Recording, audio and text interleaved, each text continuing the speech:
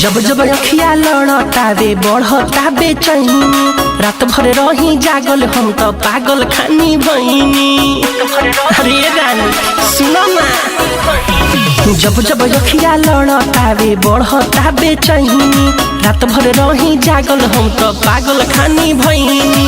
लागे कोनो जादू मुस्कान में हुई जहिया शादी तोहर परबनू के शान में। दिल देना है दान में कोई लड़की है क्या ध्यान में। हुई जहिया शादी तोहर परबनू के शान में। दिल देना है दान में कोई लड़की है क्या ध्यान में।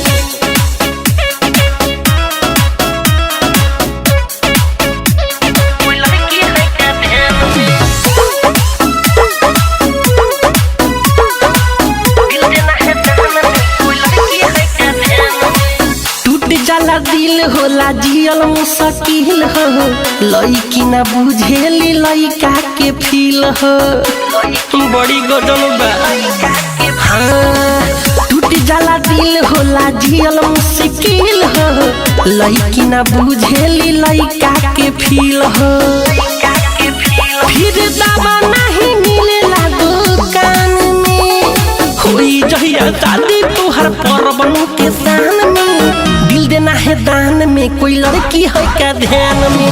हुई जहिया शादी तोहर परबनू के शान में। दिल देना है दान में कोई लड़की है क्या ध्यान में।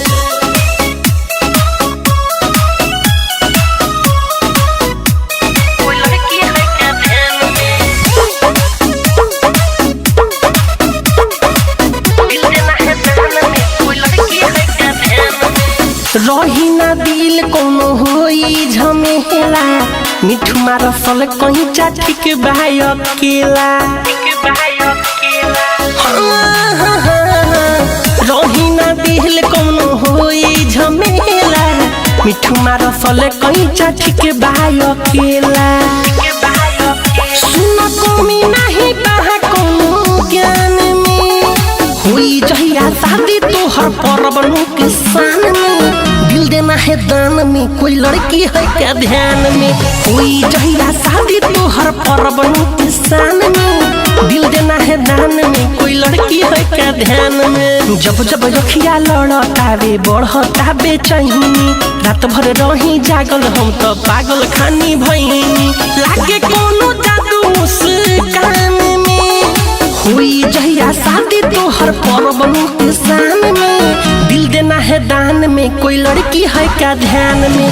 हुई जहिया शादी तोहर परबनू के शान में। दिल देना है दान में कोई लड़की है क्या ध्यान में।